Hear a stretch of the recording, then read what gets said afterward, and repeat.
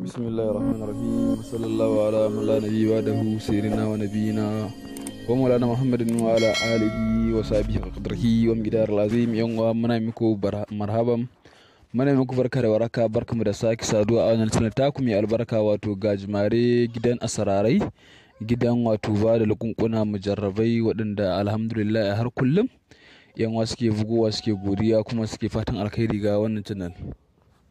Da haka alhamdulillah dan uwa an kai bako ne cikin wannan channel, sai ka daure kai mana subscribe, kai mana like a cikin bidiyoyin mu a waɗanda muke yi, ko wannan bidiyon akalla ba sara ba, kai mana wato like a cikin bidiyoyi akalla ba sara ba sama da 3.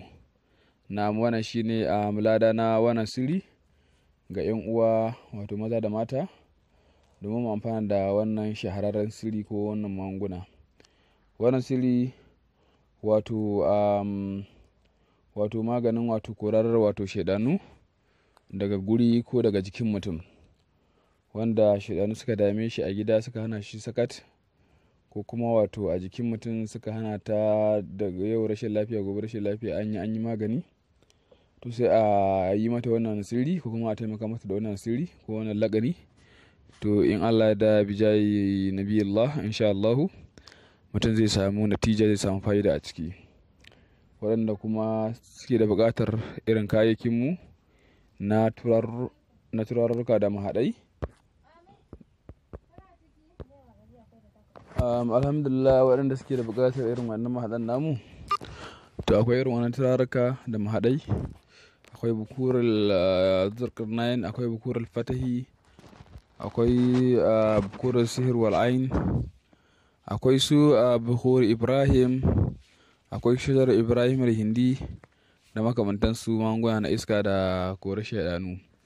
Da aka danwa wannan shi kuma hatimi da kake kallo, shi ake rubutawa, yawa shi ake rubutawa.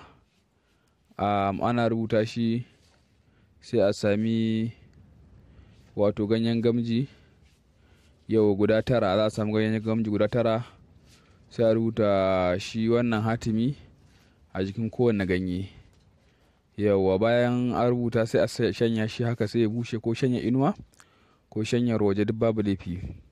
Yawwa sai a dake shi duka, sai a haɗa shi guri ɗaya. Na aka haɗa shi guri ɗaya sai a sami wato bukhur ibrahim al-hindi, sai a haɗe shi da shi. Yawwa aka haɗe shi da shi, sai shi wannan hatimin sai a sami takarda ja.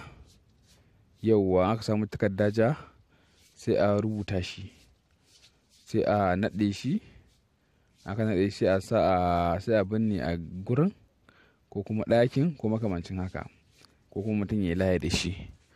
To shi kuma wayancin turarukan da wancan maɗin da zai hada da bukur ibrahim al-hindi, to shi ne zai ringa turarawa a gida, ana barin hayakin yana tashi yana shiga sako da sako.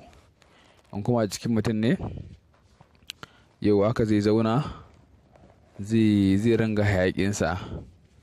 Yauwa zai zuba, zai ringa hayakinsa, ma'ana zai ringa hayaki da shi har tsawon sati guda. Yauwa in Allah da in yi haka, yauwa in Allah da zai samu natija.